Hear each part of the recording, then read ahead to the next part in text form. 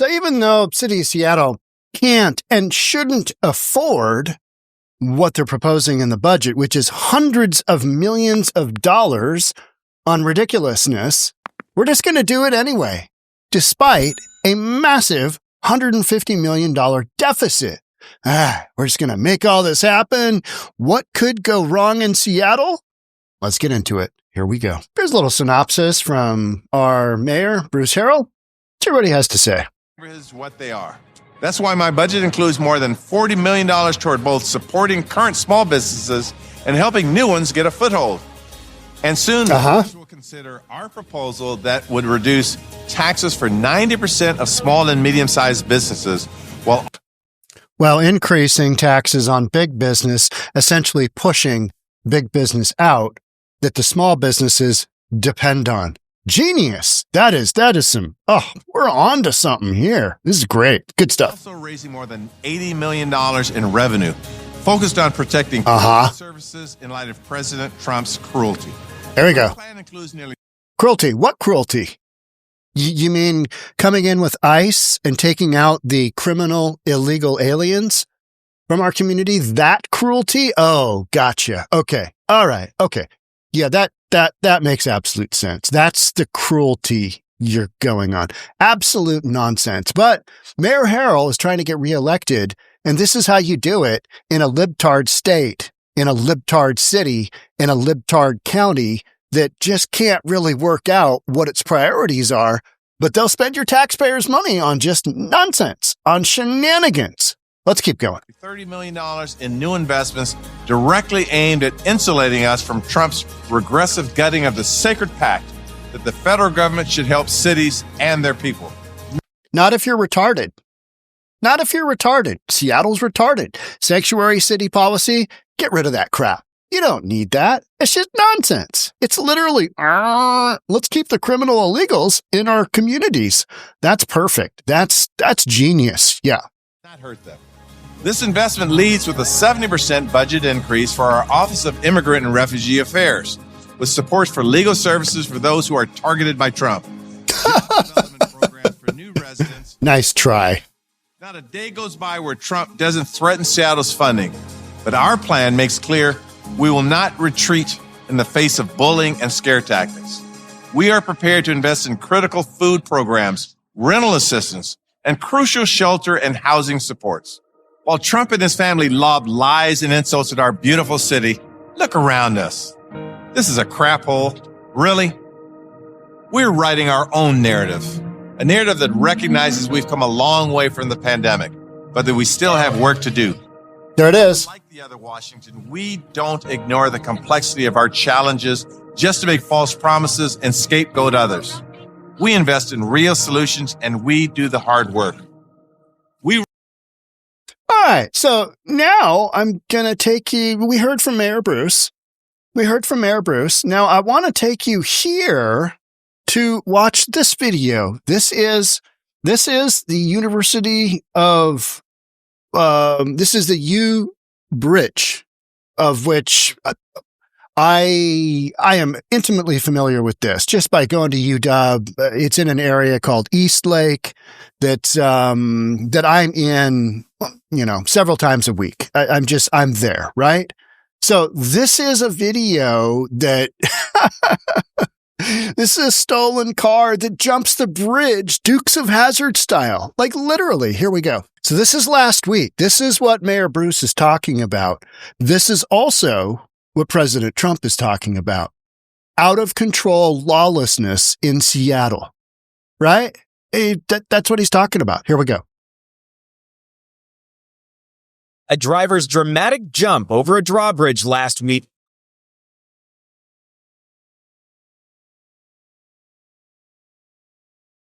Hazard, son. I couldn't believe what they did. The chase ended with the driver abandoning the stolen car. Since then, more than 1 million people. Oh, that is so great. Boom. Stuck on the traffic at the bridge. I know that road so well. Increasing crime. Drivers eluding police through the roads of King County. Boom. Law enforcement agencies saw two. When they found the car, it did have some broken suspension components just Who knew that when you take whatever that is, what is that? Is that like a Subaru or something? Just boop, and jump it off it's a drawbridge. So it goes up for big sailboats, right? And I think it was coming down when he did that. Imagine going up and just, great. I mean, this is some classic stuff, right? 118 people try to run away last year. So far this year, the number is slightly higher at 164 cases. There's a lot of people that run from the cops, but you always eventually get caught. Police are using videos to track down the driver who jumped the bridge gap. What kind of car is that? Boom! Old school investigative technique could be the key to making an arrest. And people that's so great.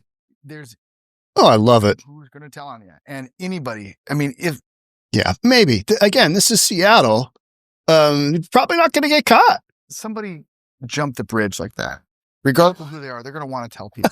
And those people might turn and tell the cops too. It's easy to maybe try to glorify it and say, wow, that's like a Steve McQueen kind of a movie thing. It really could have hurt somebody pretty quickly. Okay, so you got that going, and you've got a lot of other just ridiculousness going on in Seattle. Check out this one. This is downtown Seattle. Things are so bad in downtown Seattle that they're putting metal cyclone fencing up on the alleyways because there's so many people hanging out, doing drugs, doing who knows what, selling who knows what, human trafficking, just absolute lawless abandon. This is downtown Seattle, Pike and Pine and 3rd. This is the Blade. This is the flagship area of downtown Seattle, and this is what we've got going on.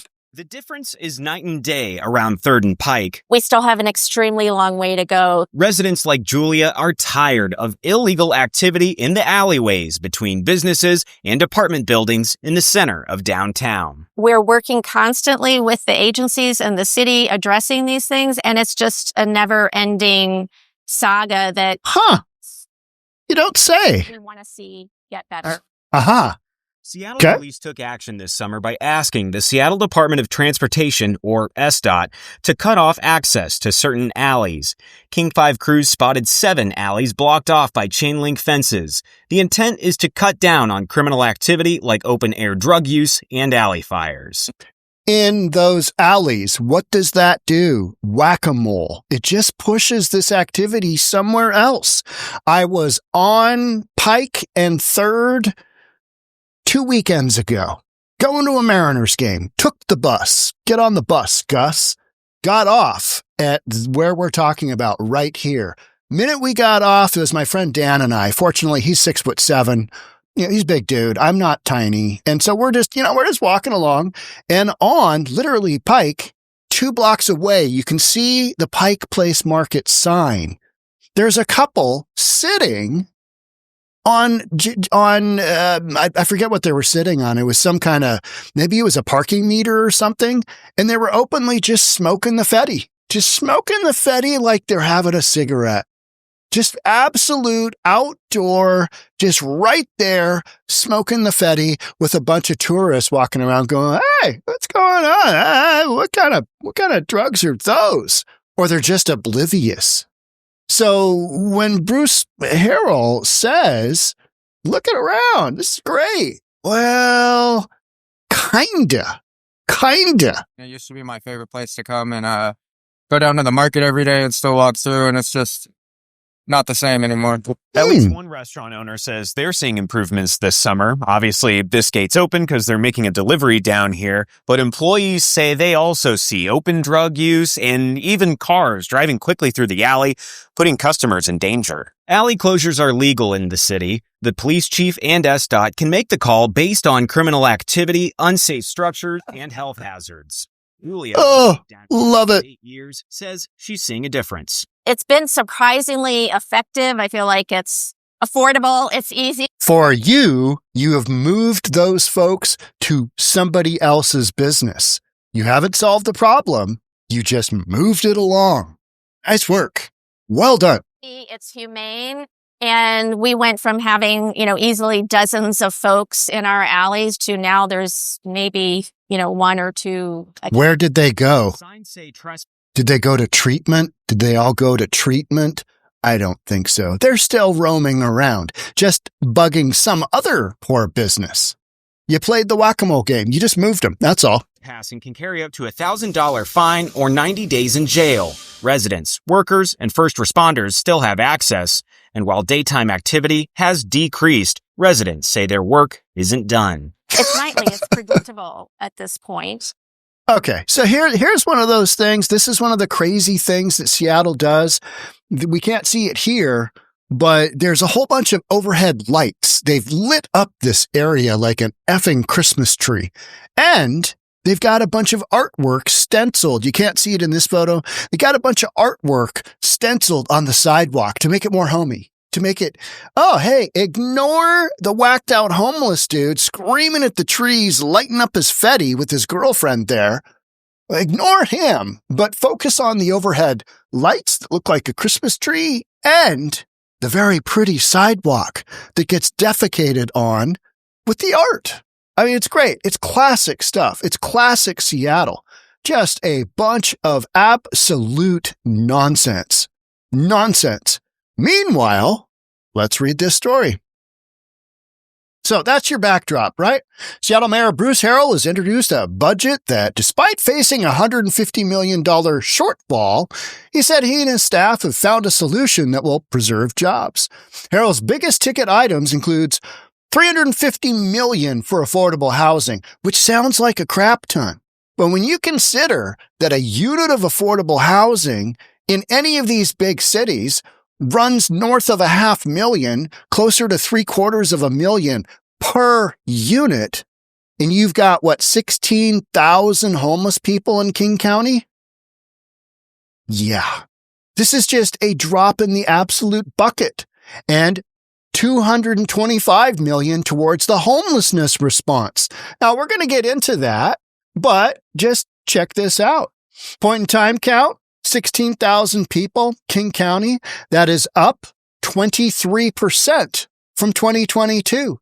So we're spending hundreds of millions of dollars, and it's getting worse.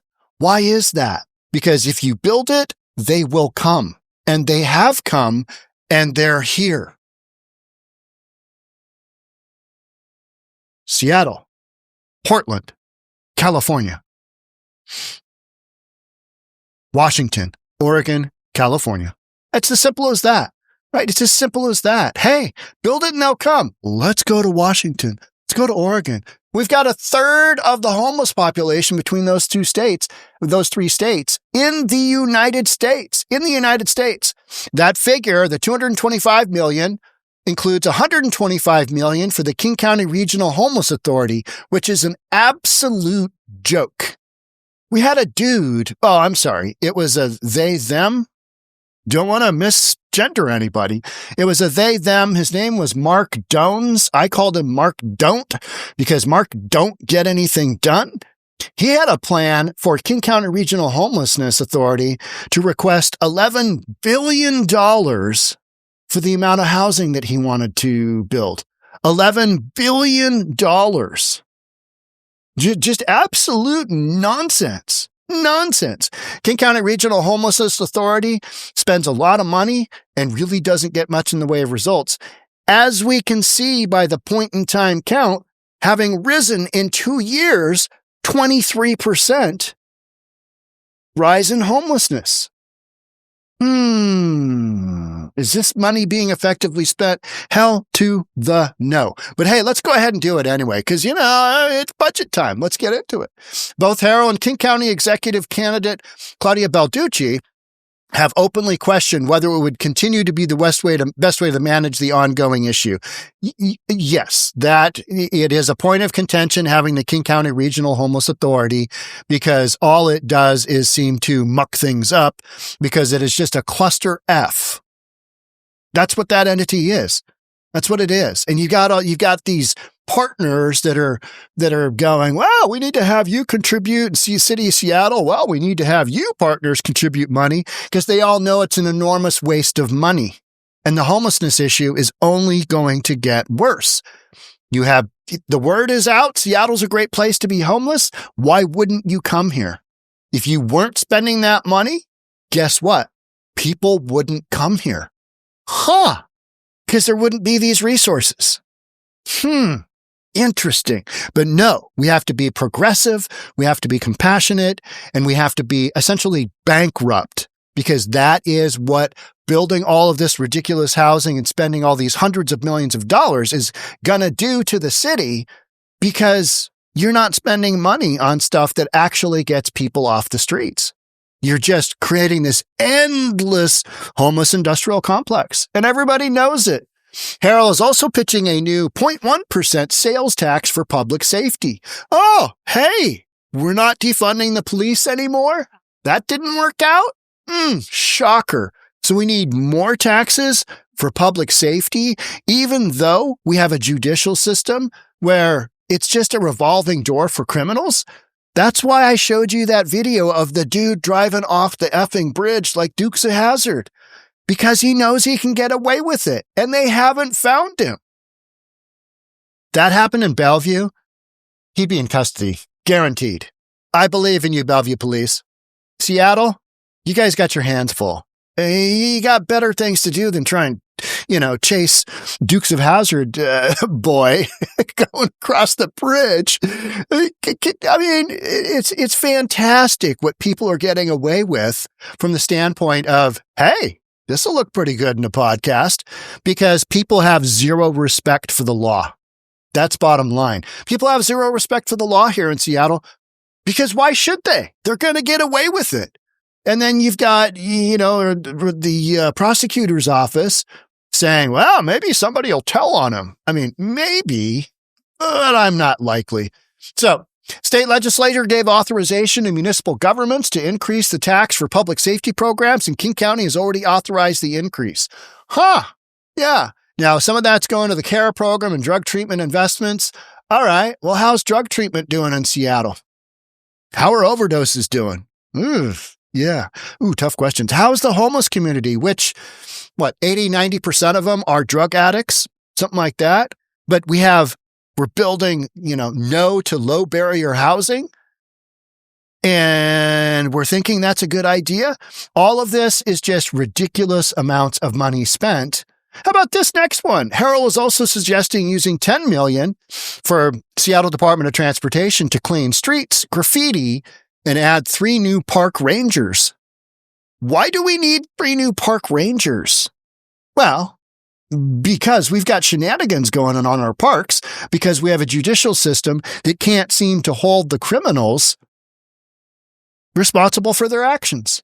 We just, it's okay. Get out there, Junior. I know this is your 85th arrest, but I believe in you.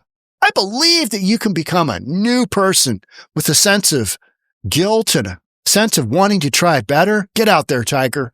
You get out there. We're letting you loose. No ankle bracelet, no nothing. And how do we know that we've got shenanigans going in our park system where we need new park rangers? How many podcasts did I do on Steve Irwin, guy who had the excavator in the park? And they just kept letting him out. Judge just let him out. The guy's insane. He's insane. He's on drugs and insane. But hey, let's hire 3 new park rangers. And then the graffiti. Graffiti in Seattle is wildly out of control. I mean, it just is. It's absurd. So absurd that I recently did a podcast that we are suing the graffiti artists now. We're not incarcerating them. We're suing them because they have some assets, and we're going after graffiti artists with assets using precious resources in our prosecutors' offices. We're not going after the real criminals, but hey, let's sue the graffiti artists because we got to stop this problem. You don't have these types of problems in Republican-run cities. You just don't. Not to this extent. You don't have people Dukes of hazarding it over bridges. You just don't have that kind of ridiculousness. And it's because everybody here in Seattle knows you can get away with it. You can get away with it. Yeah. I mean, it's a known quantity. So, all these hundreds and hundreds and hundreds of millions of dollars, to me, complete waste of money. Get rid of the affordable housing. There's no such thing. You're just spending hundreds of millions of dollars and you're going to get nowhere because you've already baked in the costs to our housing market with layer after layer after layer after layer of ridiculous regulations, and you've constricted the supply of land. So, get rid of that. The homelessness stuff, get rid of that because it's only getting worse. Just bail on it. Don't spend the money. And then you know what happens? They'll go to Portland. And you don't have to. Mm-hmm. Don't build it and they won't come. Only at Pizza Hut. And you know how you know that? Look at the cities that spend the least on homelessness. Yeah, look at the cities that spend the least. They have the least amount of homeless. They don't dedicate massive amounts of money because that's not a priority for them. Priority for them is getting people the help that they need or putting them in jail. You want to do one of those two programs? Okay. And by that, getting them the help they need, addiction services or mental health services, because the percentage of people that are out on the streets just living the homeless lifestyle, are just, it's so high that they are suffering from mental health and addiction issues. But, big blue progressive city, we're banging on about how Donald Trump is threatening us. Oh, we got to hide from the president. Because we're progressive, because we're blue, and that's what we do. With no real evidence of actually being persecuted.